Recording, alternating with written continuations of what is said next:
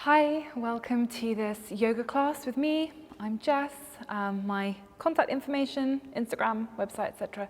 should be in the caption below. So if you want to know more, you can there. If this is the first time you are ever doing a yoga class with me or a yoga class at all, then welcome and hope that you'll feel comfortable here and that you'll find what you want, whatever that is, from the class. If you are brand new, I do have an introduction to yoga video. It's just 5 minutes and I just briefly talk about the sort of wider view of yoga rather than just the half an hour that we're going to do here, and also a little bit about how you make a yoga practice, especially at home, work for you, because it should never be the other way around. It should always be that you make the yoga work for you. And on that note, then you might notice that I have a couple of things around me here which I need to make yoga right for me. So currently I have an injury in my leg. You might have heard me say this many times before, so you can just sit and breathe if that's the case. But it means that I move a little bit oddly with my left leg. I will always make it as clear as I can when I am using my leg in a way that I don't want you to use it. So I will say, you might notice my leg is bent, but yours should be straight here, something like that. So I have a cushion to help me out where my leg needs a little bit more lift or cushioning or anything like that.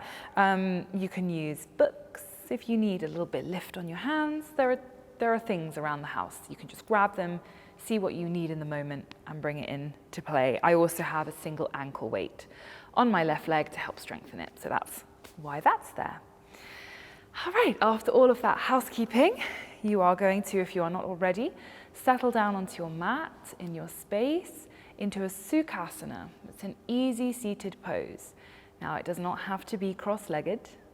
You can sit cross-legged with all of the options to change it if you want, though. You often find that it's easier if you lift your hips higher in a cross-legged position. So you might find sitting on a couple of books will help you find some comfort, some ease here.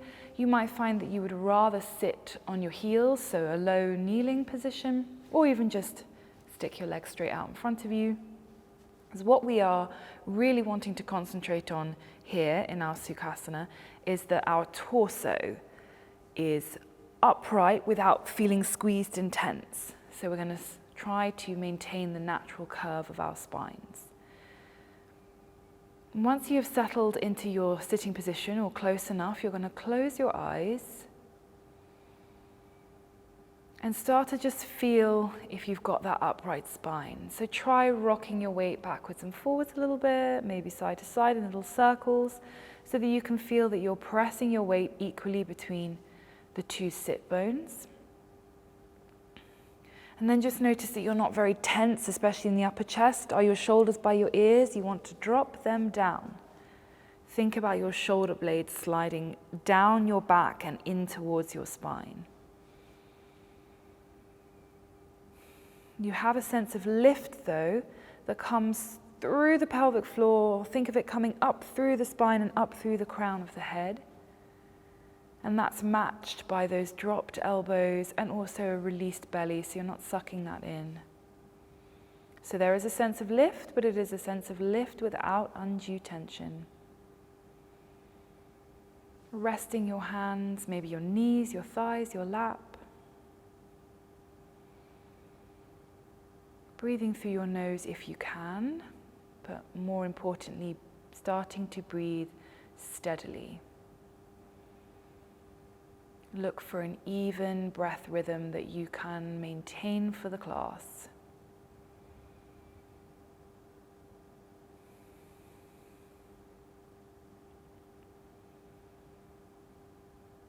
I frame all of my classes with some literature to help us explore aspects of yoga philosophy or what it means to live life in a yogically aware way, let's say. As always, you can choose to pay attention to this part. You can let it inform your experience of the class or just give you something to think about whilst you're doing a downward dog, or you can ignore me entirely. For this class, we are using Chimamanda Ngozi Adichie's Half of a Yellow Sun. This much lauded novel is about the Biafran conflict of the late 60s in Nigeria, or at least it is about a group of connected lives within that conflict and how their lives and how they relate to each other are affected by it. And I read somewhere that this book, I think I read it in The Guardian, that this book is a masterclass in how to tell something wholly truthful whilst clearly fictitious. And that paradox is what is so powerful about literature. It acknowledges and celebrates that we operate within our own personal truths. And that concept is what I try to demonstrate and guide you through in all of my classes. That often the beauty of truth is in our personal experience of it. And the processing of truth can look the way we feel it to be. So the way that you do a yoga pose will never look exactly the same as the person next to you, whether that's in real life or in a rectangle on a screen. And it might not even be just not identical, it might be radically different, but that doesn't mean that the pose is any less true for either of you. It's any less the pose than you feel it to be. So things are not less truthful for appearing to be different.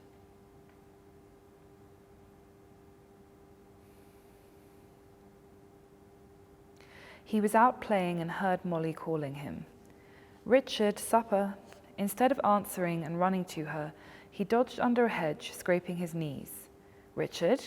Molly sounded frantic this time, but he remained silent, crouched. "Richard, where are you, Dickie?" A rabbit stopped and watched him, and he locked eyes with the rabbit, and for those short moments, only he and the rabbit knew where he was.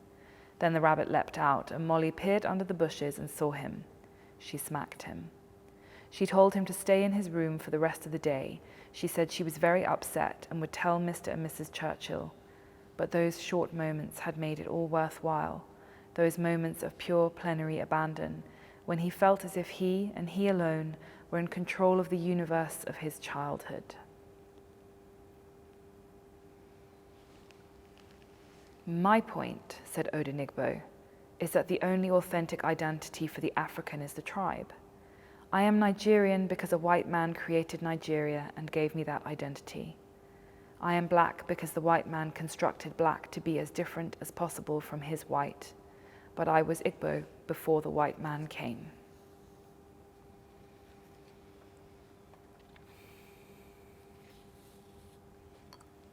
You're just going to take 3 more breaths here.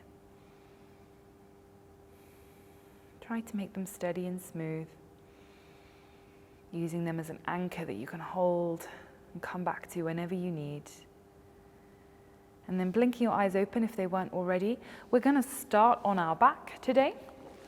So just releasing your legs from wherever they are, rolling back and down. Yoink. You can just have your feet slightly bent in at the moment. And then stretching out your left leg, you're going to pull your right knee in towards your chest. Just clasp your hands around your right knee and pull that knee in towards you. So you're thinking about trying to draw your right thigh to be against the right-hand side of your rib cage. Just got another breath here. And on your next exhalation, you're just making a very small movement. You're just going to shift that knee slightly out to the side. So now it's like you're pulling your knee towards your right armpit instead. It's a really small change. It should feel slightly different in the right hip though, and where the pressure points are, but we're still trying to keep our thigh and our rib cage close together. There's just a little more opening now. And then on your next exhalation, release the pressure on your leg. You can just drop your left hand onto the left-hand side of your pelvis. Reaching your right hand, grab around the outside edge of your right foot. You might need to lift your shoulders up off the mat to do this. If you've done that, you want to drop the head and the shoulders back down now. And we're going to do half of a happy baby. So the right leg is making a 90-degree angle. You've got a nice bend there, basically. You don't want to be pushing it out, trying to straighten it like this. the sole of the foot is flat up towards the ceiling, so that if we put something on top of it, it would stay there. You are using your hand to pull your knee towards the mat, but your foot is pushing back against your hand, so there's pressure going in both directions. You've just got one more breath here in this half of your happy baby. And then on your next exhalation, just let the foot bend first, and then stretching it away. Straight into inhaling, pulling the left knee in, clasping your hands around the knee and starting to squeeze the thigh in towards your chest. See if you can get contact. You may well not be able to get contact. There are a lot of reasons for that. Very few of them are in any way worrisome or troublesome. Mostly it's just going to be your anatomy. So just see where you can squeeze that's sustainable. We don't want pain. And then on your next exhalation, it's just that slight shift. Just send the knee slightly out to the side. So now it's more like you're trying to pull the knee towards your left armpit. That's the direction that you're thinking about taking it in. But you're still keeping the thigh and the chest close. For another breath here. And then you're releasing that right hand onto the right hand side of the hip. Again, you may need to sit up slightly in order to get the outside of the left foot with your hand. Once you've done that, shoulders and head back down. And then half of your happy baby on this side. So it is that 90-degree angle. So you want to be thinking that your left ankle is stacked above your left knee. That's where we want it to be, not winging out to the side. And you're squeezing with the hand to try and pull the knee down towards the mat on the outside of your rib cage. Probably won't go there unless you've got very open hips. Mine certainly won't, but that's the direction we're sending it in. And you're pushing your foot against that hand. Just one more breath here. Next exhalation. Let go of the foot, gently rock, roll, push yourself upright, and you're making your way into a downward dog. Now, whether that's crossing your ankles and rolling over into all fours or swinging your legs around is up to you. And once you've made it through the all four stage, you're just going to tuck your toes and lift up and back. Adho Mukha Svanasana, downward facing dog. Take a few breaths here, getting used to your downward dog. You want to start by spreading the hands, thinking about each joint of each finger pressing firmly into that mat, and you're pushing the chest up and back. So you want to feel like there's a lengthening sensation in the whole of the torso and the arms. You're looking back, so either at your ankles, your feet, or your knees maybe, depending on how your neck feels. And then you are squeezing your heels towards the mat with the feet hip width apart. Send the heels back down and towards the mat. They may well not reach the mat. Do not worry about that. It's just the direction we're sending them in. And keep your breath as steady as you can.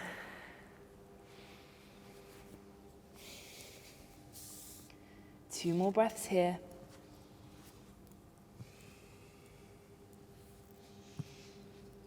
And then on your next inhalation, just walk your feet towards your hands. Leave them hip width apart. And exhale in a soft forward fold. You don't need straight legs. You can bend them as much as you like. Make sure the head is heavy. You're not trying to hold it up. And make sure the arms are heavy. You're not trying to hold them either. If you don't like the sensation of the arms dropping on the floor or hanging in space, try holding your elbows lightly. You should still find that the arms feel heavy. They're not being held up. And we're going to tip our weight forwards into the balls of the foot, out of the heels. So Uttanasana.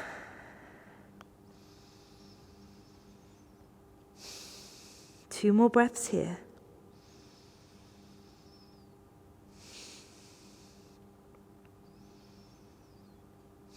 Next inhalation, roll yourself upright. Take your time.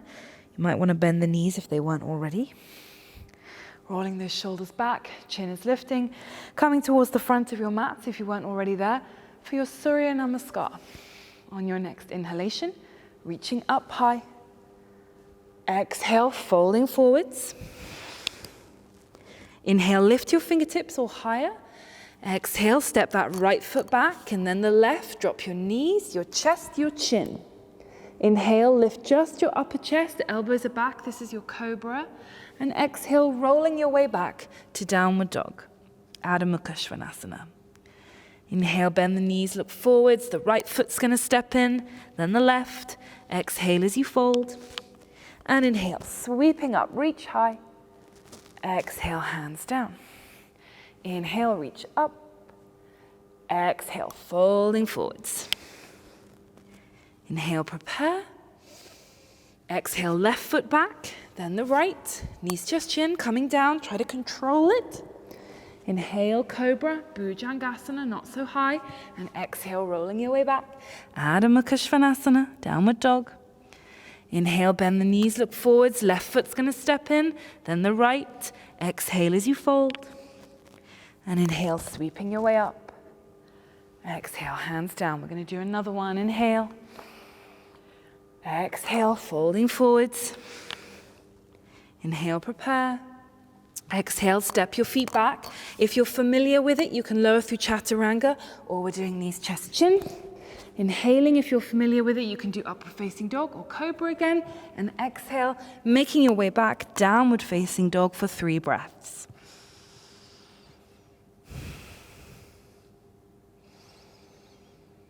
One more.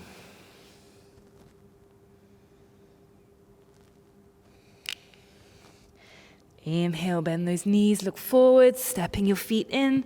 Exhale as you fold, and inhale, sweeping up. Exhale. First variation, inhale, reach up. Exhale, folding down. Inhale, prepare. Exhale, get those feet back, lower yourself down. Either way, it's up to you. I'm going to keep doing knees, chest, chin. Inhaling in your cobra or upward facing dog. And exhale, downward facing dog. Inhale, lift that right leg up. Exhale, squeeze your right knee in towards your right elbow. See how high you can get it? Inhale here. Exhale, swing that knee across towards the left elbow. Inhale. Exhale, swing it back towards the right elbow. And next exhalation, put the foot down outside your right hand if you can. You may now need to wiggle your left foot further away from you. And then once you have, dropping the knee down, untuck your toes. Inhale, gaze forwards. And if it's right for you, you can come down lower. So you might want to put your forearms down. You might want to just bend the arms slightly, or just stay as you are with straight arms. Using props, you can put something underneath your hands to lift the chest a little higher, if that's best for you.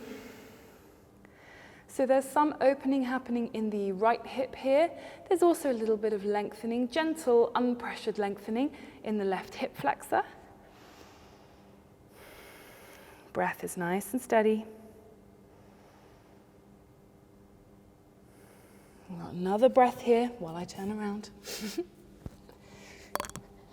And then on your next inhalation, straighten up the arms if they weren't already. Exhale, tuck those toes and straighten up the back leg. Your left leg will be straighter than mine. And inhale, lift the right arm up. So you're twisting in towards your right leg. Push through that left heel for a strong, straight left leg.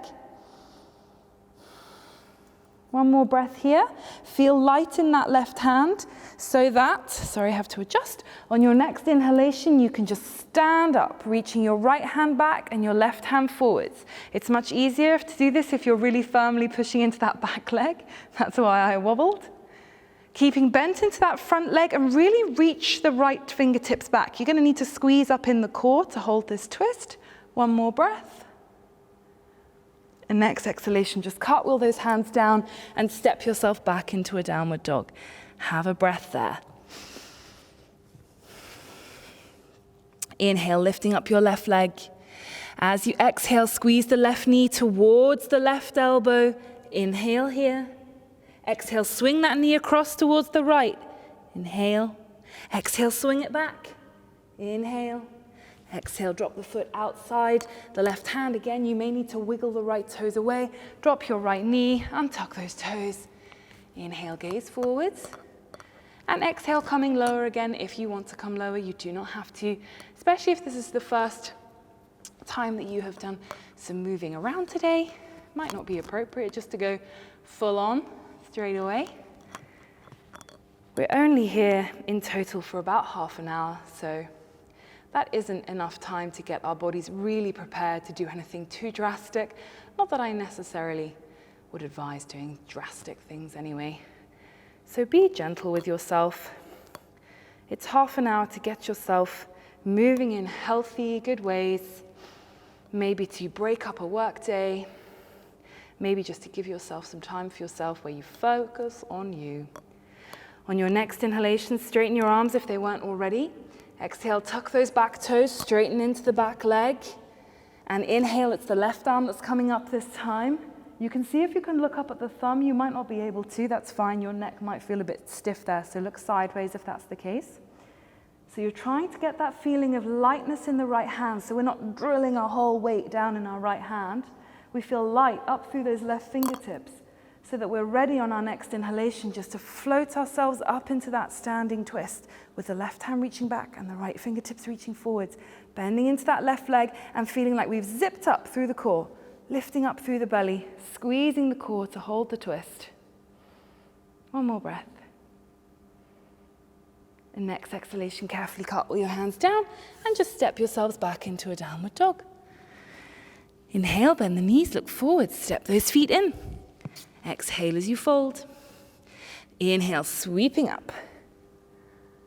Exhale, hands down, good. Inhale, reach up. Exhale, folding forwards. Inhale, prepare. Exhale, get your feet back, lower yourself down. Inhale in your back bend, cobra or upward facing dog. Exhale, downward dog. Inhale, lift that right leg up. As you exhale, step the foot through in between your hands if you can. That might involve some wiggling. Swing your left heel down and inhale, cartwheel your arms up and over. So the left arm's going to come up and it's going to reach back. The right hand reaches forwards. You bend into that right leg. Your left leg is straight. Push your left heel away from you. Virabhadrasana 2, Warrior 2. Breathing is steady. On your next exhalation, bend your right arm, drop the forearm on your right thigh. Inhale, reach the left arm up and over. Keep your right leg bent. You might notice you've sort of hitched your hips back without really realizing it. I am bringing your attention to it. Swing those hips back forwards towards the right heel. Keep the left arm reaching. Press your right arm into your leg to help you open the chest out. Last breath. And as you exhale, swing both hands down to the mat, inside that right heel. Now you're going to want to turn your right toes so that they are pointing towards the top left-hand corner of your mat. So just think about turning your right toes in a little bit. Start to wiggle your left foot a tiny bit closer to you, and you're going to start to grind your left heel into the mat and lift your left toes, and you're sinking into this position. So you can look at me if you're not sure. This is a Skandasana, and if the right heel is lifted up, that is okay. Come back and show you what that would look like if the right heel was up. There you go. Hopefully you can see that. That's absolutely fine. Just try to sink in to the stretch that's happening on that inner left thigh there. You can lift your hands up if you prefer, if you don't want them to be down on the mat. One more breath here. And on your next exhalation, drop your hands. If they were up, they might have been here. Drop them down and walk and shift your weight over into the left leg. So we're going to do the same thing, but with the left leg bent now and the right leg straight. So the left toes are going to be sort of diagonal to the back right corner of the mat. Start to shift your weight into that deeply bent left leg. Right heel grinds into the mat. Right toes are up. This I have to do with quite a lot of support, so I really need my hands down. I can't pick my hands up for this. But you feel free to. Breathing into that stretch in the right leg. 2 more breaths here. Skandasana. Next exhalation. Swing the right foot back down, trying to pull the right toes to point towards what is now the front of your mat, but was the back. Walk your hands around. So your left toes point towards what is now the front of the mat, was the back. Your right heel pushes back. Your left leg is bent. On your next inhalation, pick up the left forearm, prop it on your left thigh, and sweep your right arm up and over. So you're in a Pajvakonasana on this side. Extended side angle pose, all the same things. Press into that thigh to keep the chest open. Push into the right heel, reach that right hand. Swing the hips forwards towards the left heel. Last breath. Inhale, lift yourself into a warrior two, a Virabhadrasana two. So now the left hand reaches forwards, look over those left fingernails. Right arm reaches back, deeply bent left leg, push into the right heel. Half a vinyasa. Next exhalation, cartwheel your hands down, either side of the left foot. Inhale yourself into a plank. Exhale, lowering yourself down, maybe knees, chest, chin. Inhale in your back bend. Exhale, making your way up and back. Downward dog. Inhale, lift the left leg up, the left leg. Exhale, swing the foot through in between your hands. Swing your right heel down. Inhale, cartwheel the arms for one breath in warrior two. Not here long. Inhale, straighten up that left leg. Drop your hands to your hips. Swing your left toes in and have a look down at your feet. You want your toes to be in line with each other. Your legs are straight. And then when you're ready, gaze up now. And on an exhalation, fold yourself forwards.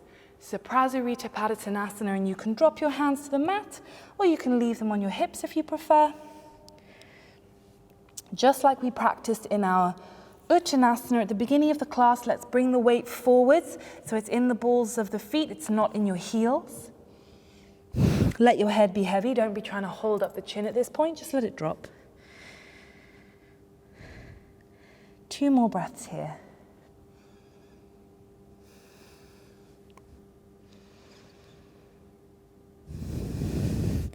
And then inhale, straighten up those arms if they weren't already. Exhale, we're all going to take our hands to our hips. And inhale, lifting up. Exhale, right toes point towards the front, left heel presses back. Exhale, bend into that warrior two for one breath. Ready as you exhale to cartwheel your hands down, step back into a downward dog. Inhale here. Exhale, dropping your knees. Cross your ankles behind you or swing your legs around. What I need is for us to push back to sit on our seat, so you might need to swing your legs around until you are here with your legs stretched out in front of you. Just straighten them up, sit tall, and on an exhale, folding forwards just for 3 breaths in a Paschimottanasana, so we're going to keep the torso long. The 3 breaths will start when I stop talking. So you're thinking about extending through the crown of the head. You're not worried about where the hands are. They do not have to be on your feet. Steady breaths.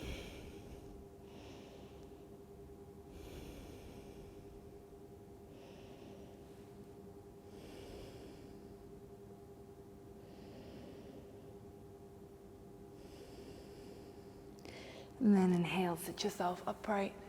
And as you exhale, you're going to roll down onto your back. Pick the feet up as you roll down. And we are going to finish in a happy baby. So we did half of a happy baby at the beginning of the class. So we're going to do a happy baby now. But my word of warning here is that it may well be the case that it will be very uncomfortable for you to do a full happy baby. So once we kind of move into it, if you haven't done one before and you find that it's actually not a sustainable thing to hold, then you're going to go back to doing that half of a happy baby we did earlier. So one leg will be stretched out and the other one will be held and bent in. For the first three years that I did yoga, I couldn't do a full happy baby. There's nothing wrong. It just means that your hips aren't happy with it and you don't want to push them. There's really no need to. Just do half. Swapping around roughly halfway through. All right, whether you're doing one leg or two, it may well be the case, is with me, that I need to lift my head and my shoulders first in order to be able to grab the outsides of my feet. Heads, shoulders down, and then lifting your feet or your foot up into your happy baby position.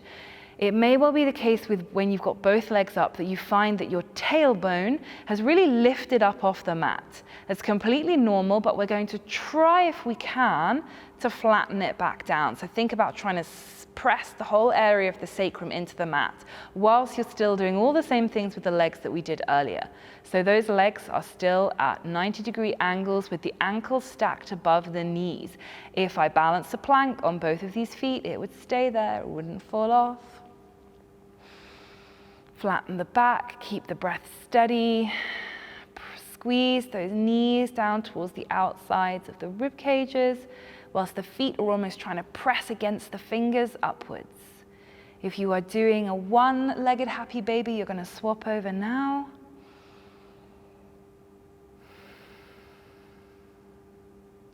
And we're all going to take 4 more breaths here.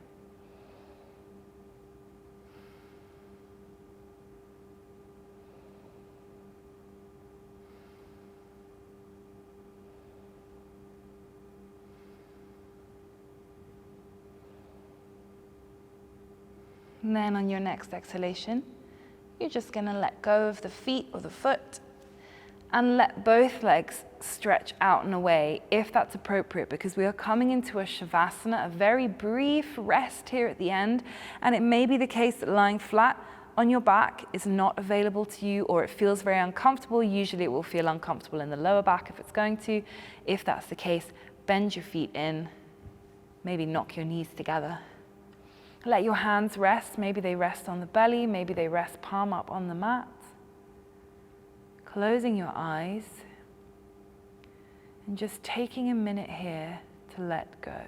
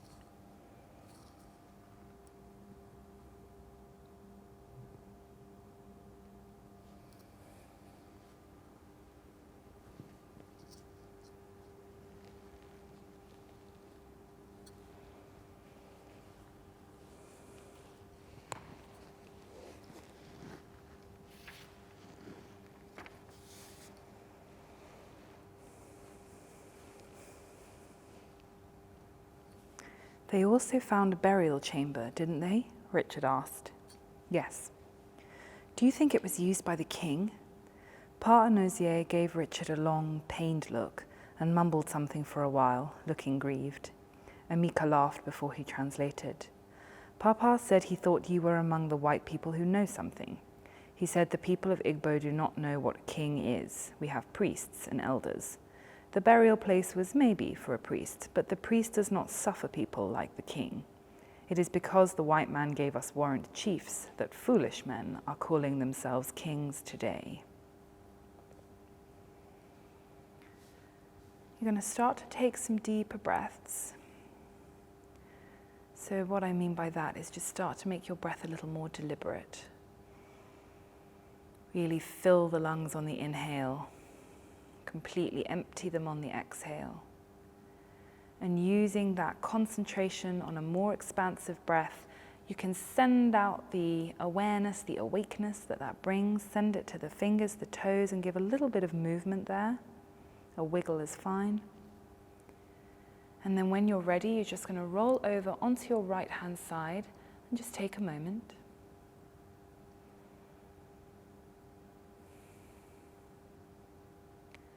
Moving slowly, try to keep your eyes closed or your gaze soft. Push yourself upright and make your way back into a Sukhasana. That's the easy seated pose that we started the class in. And there is no rush. Take as long as you need to settle yourself back into that upright seated position. Find again that neutral spine that lets you experience that feeling of lift, so from the sit bones up out of the crown of the head, but that you can also relax the belly and drop the shoulders away from the ears. Breathing softly, steadily, naturally.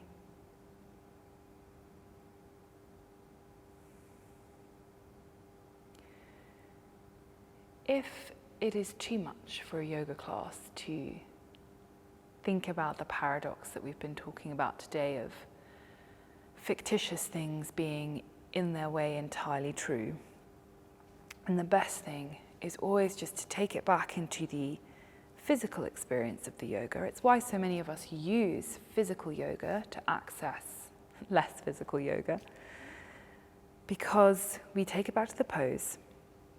And if we do a pose differently on one day than we do on another day because, I don't know, a muscle is feeling tight because we've pulled it, or you rolled your ankle so you need to do it slightly differently, does it ever mean that that pose is any less the pose than it was when you did it in a different way?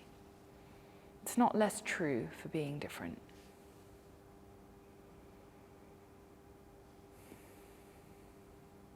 I'll leave you with the last quotation for the class from Chimamanda Ngozi Adichie's Half of a Yellow Sun. "You must never behave as if your life belongs to a man. Do you hear me?" Auntie Afeka said. "Your life belongs to you and you alone." Blink your eyes open when you're ready. Thank you so much for coming to this class and doing it with me. I hope you enjoyed it. There should be quite a few other half-an-hour classes on the channel if you want to take those as well or instead, or whatever suits you.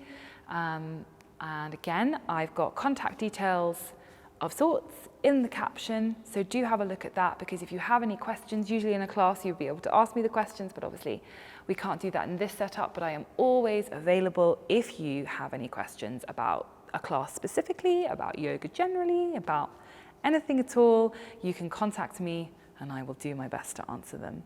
Hope to see you again soon in a class in real life or again on here. Thank you.